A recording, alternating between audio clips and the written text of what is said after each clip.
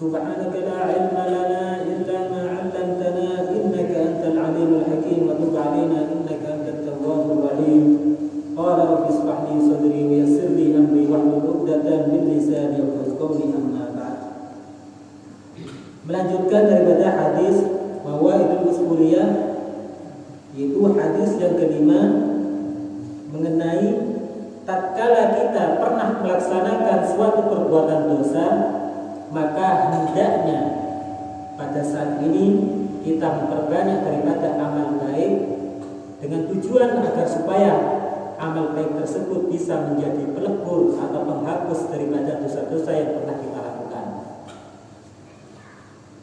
Sekarang kita akan membahas daripada fadilah kalimat la ilaha illallah.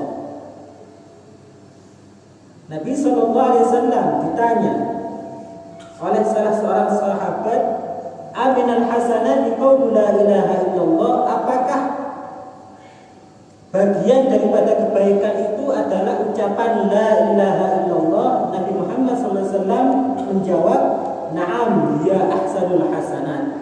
Ya, mengucapkan kalimat la ilaha illallah itu adalah paling baiknya kebaikan. Bahkan diceritakan dulu ada seorang laki-laki ketika dia wukuf di Arafah, dia itu memegang 7 batu kerikil. Dan ketika memegang 7 batu itu sambil mengucapkan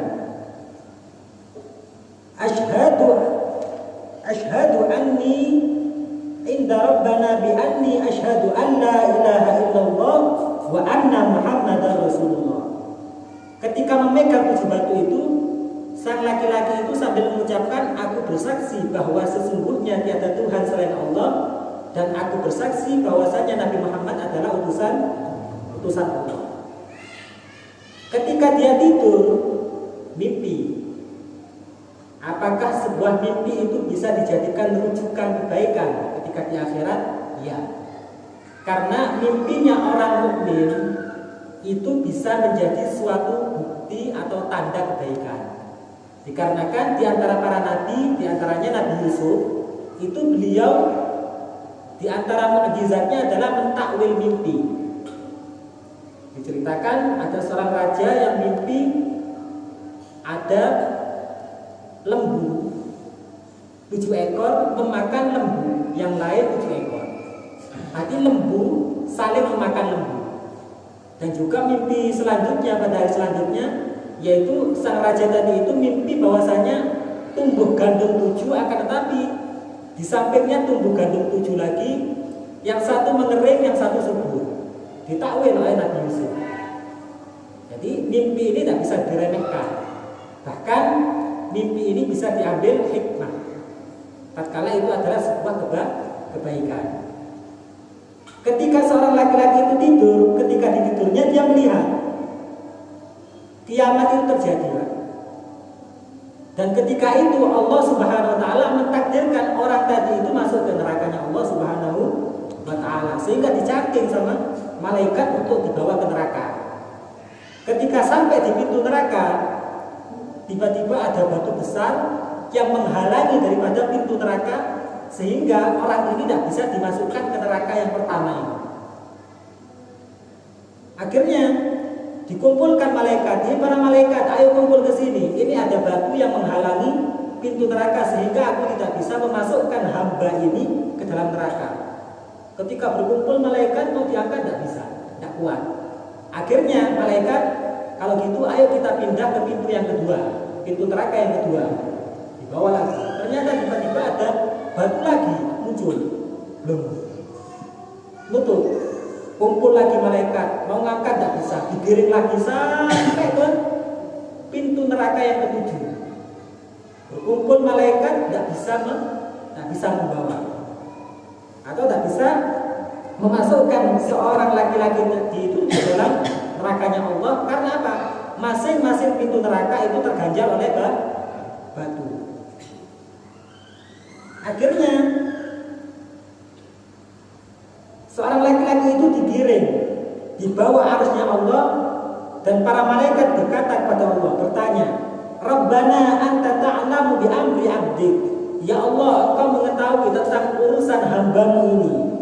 Wa inna la najidu lahu sabilan ilan nar. Sesungguhnya aku tidak mendapatkan satu jalan, satu pintu di neraka, sehingga aku tidak bisa memasukkan hamba ini ke dalam neraka. Padahal hamba ini sudah ditakdirkan oleh Engkau agar supaya masuk neraka. Akan tetapi ketika aku sampai di pintu neraka itu terhalangi oleh batu. Faqala ar-Rabbu tabaraka wa ta'ala. Kemudian Allah menjawab, Abdi ashhadan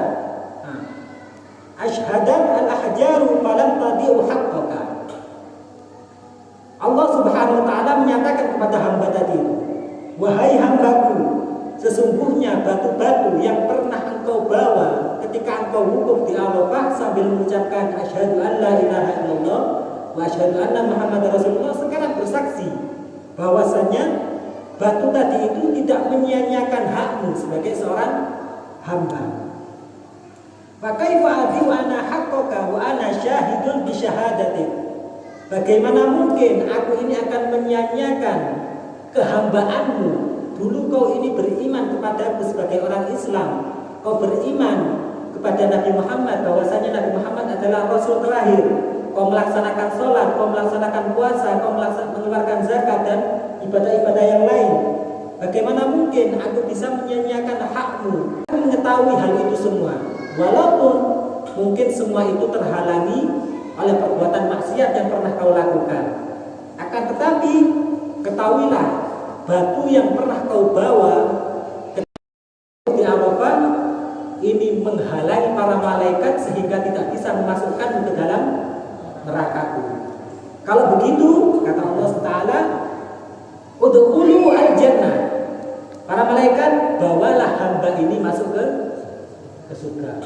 Jadi ini merupakan rahmatnya Allah Subhanahu wa ta'ala.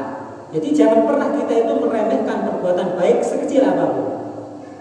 Begitupun perbuatan maksiat, jangan pernah kita meremehkan sekecil apapun perbuatan maksiat itu. Dikarenakan apa? Perbuatan taat itu bisa menyebabkan ridhonya Allah sekecil apapun perbuatan itu. Dan perbuatan maksiat sekecil apapun itu bisa mendatangkan daripada azabnya Allah sekecil apapun. Jadi nggak boleh kita meremehkan sedikit apapun daripada perbuatan taat.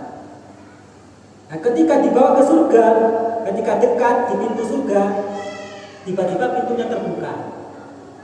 Faja'at syahadatu alla ilaha illallah, dan kemudian datang persaksian hamba tadi itu bahwasanya dulu pernah mengucapkan 2 kalimat syahadat, akhirnya dia dimasukkan surga oleh Allah Subhanahu wa ta'ala. Ini daripada fadilah mengucapkan la ilaha illallah. Banyak di dalam hadis mengetahui keutamaan kalimat la ilaha illallah.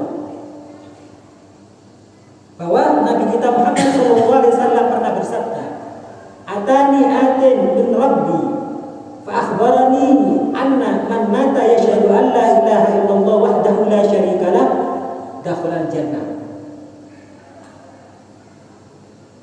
Datang kepadaku seorang utusan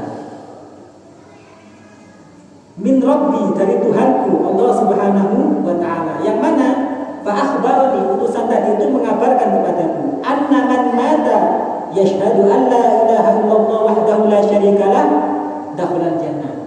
Barang siapa yang meninggal dan dia bersaksi bahwasanya tiada Tuhan selain Allah, maksudnya dia itu mengucapkan 2 kalimat syahadat, maka dia akan dimasukkan ke surga oleh Allah Subhanahu wa ta'ala. Tanya salah seorang sahabat kepada Nabi, faqala lahu Abu Dzar. Salah seorang sahabat yang bernama Abu Dzar bertanya kepada Nabi, apa mungkin sih hanya mengucapkan 2 kalimat syahadat bisa masuk surga? Saya tak tanya, mungkin kalau punya dosa besar tidak masuk surga? Abu Dzar bertanya, wa in zana wa saraqa, apakah hamba tadi itu yang mengucapkan 2 kalimat syahadat tetap masuk surga, wahai Rasulullah, walaupun dia itu pernah berzina dan pernah mencuri? Nabi Muhammad menjawab, Wa in zana basar.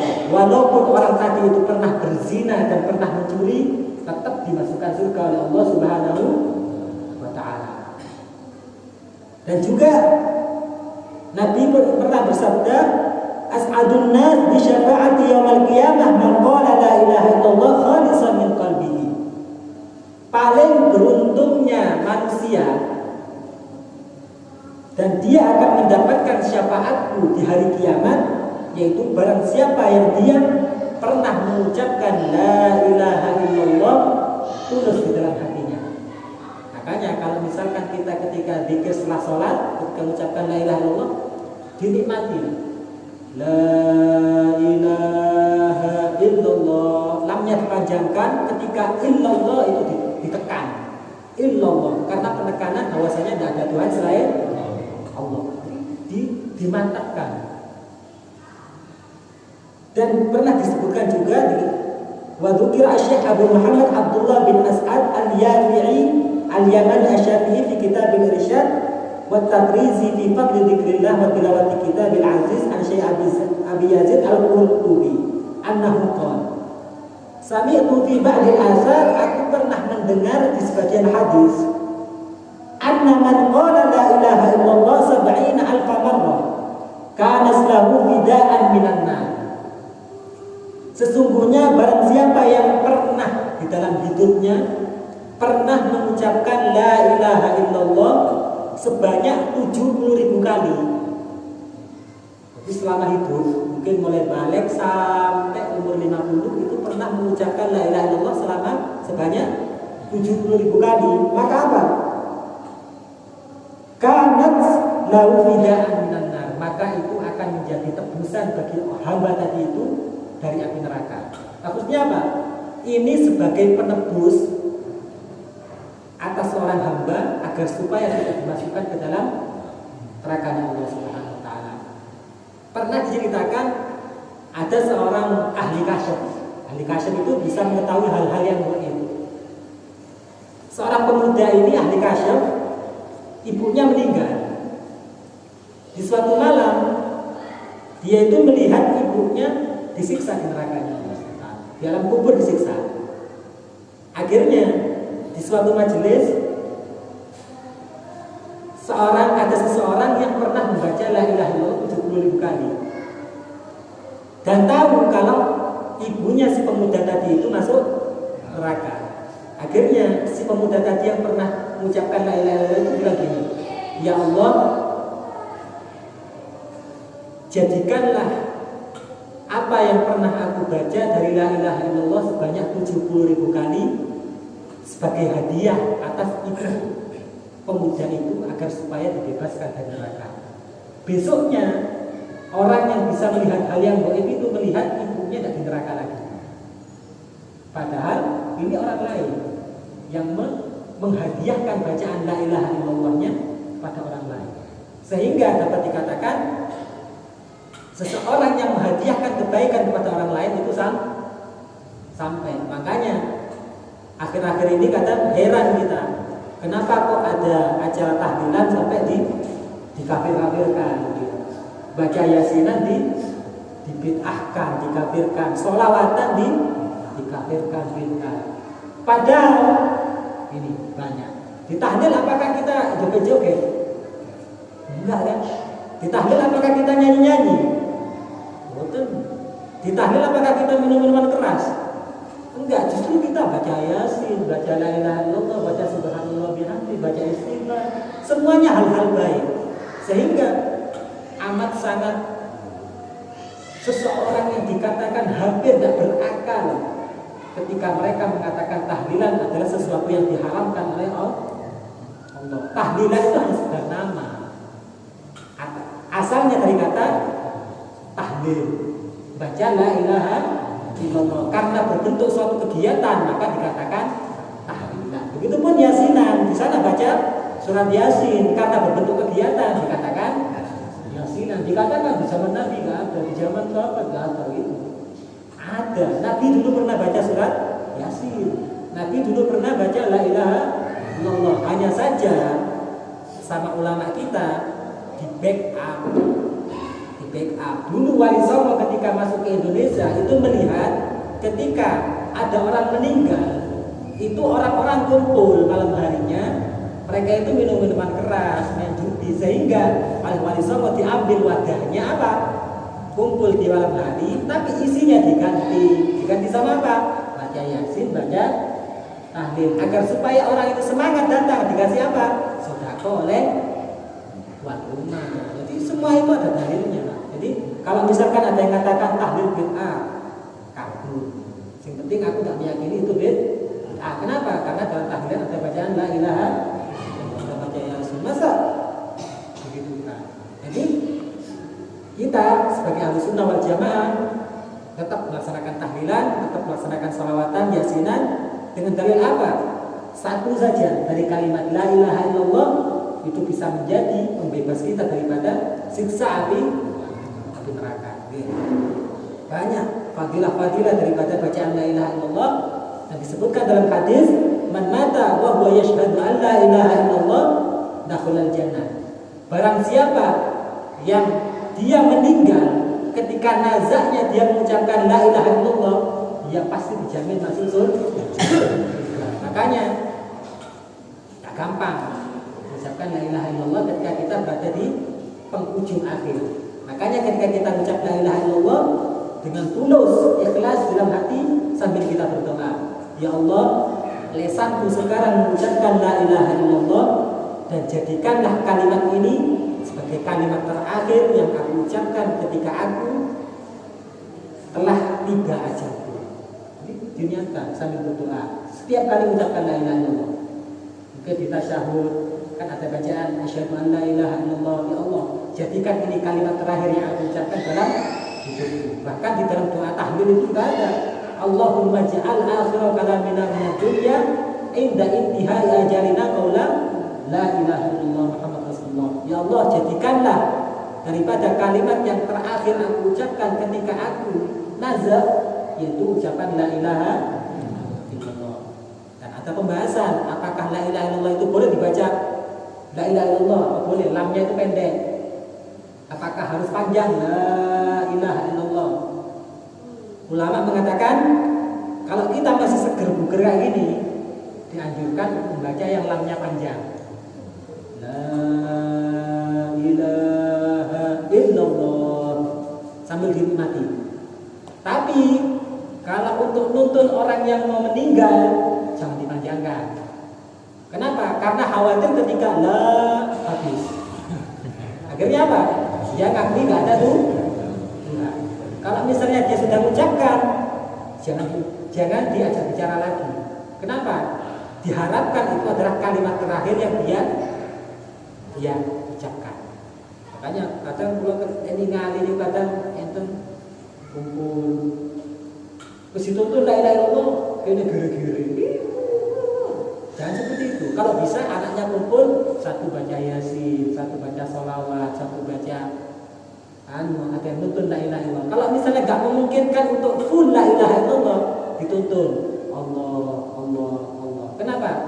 Karena ini adalah kalimat thayyibah, dan orang yang meninggal dalam keadaan mengucapkan kalimat thayyibah, insya Allah dia memiliki tanda daripada husnul khotimah. Jadi yang mengucapkan la ilaha illallah itu benar, yang la ilaha illallah itu juga benar. Tapi diusahakan bagi yang seger-seger ini lamnya dipanjangkan. Oke, hanya itu daripada pembahasan daripada keutamaan mengucapkan kalimat la ilaha illallah. Semoga kajian hari ini menjadikan sebab kita di akhir hayat menjadi seseorang yang diberi keberuntungan oleh Allah Subhanahu wa taala, yaitu dengan dijadikan akhir kalimat yang kita ucapkan ketika nazar yaitu kalimat la ilaha illallah. Monggo sareng-sareng ping 3 ngaos la ilaha illallah. La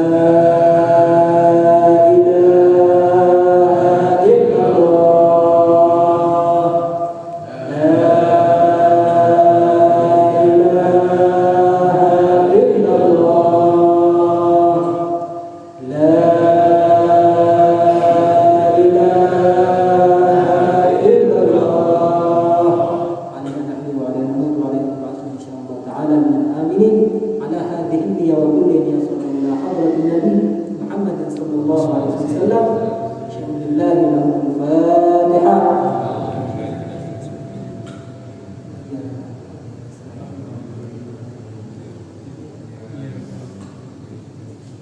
هداني الله وإياكم اهدنا الصراط المستقيم والله أعلم بالصواب.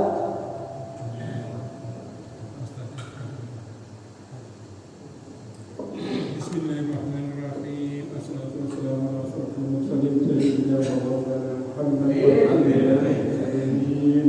اللهم صل على سيدنا محمد صلى الله عليه وسلم الأقوال والآفات والتقديم لنا بها جميع الحاجات وتطهرنا بها من جميع السيئات وترفعنا بها جبل الدرجات وتبلغنا بها الصفوات من جميع الخيرات في الحياة وبعد الممات إنك على كل شيء قدير. اللهم إنا نسألك علما نافعا وعملا متقبلا ورزقا طيبا. اللهم طهر أعمالنا وصحح أجسادنا ونقي قلوبنا وثبت إيماننا وأحسن أعمالنا ووسع أرزاقنا وإلى خير قربنا وأحسن أمرنا واقضي حوائجنا في الدين والدنيا والآخرة بفضلك وجودك وكرامتك برحمتك يا الراحمين. ربنا هب لنا من أزواجنا وذرياتنا قرة أعين واجعلنا للمتقين إماما. ربنا آتنا في الدنيا حسنة وفي الآخرة حسنة وقنا عذاب النار. وصلى الله على سيدنا محمد وآله وصحبه وسلم والحمد لله رب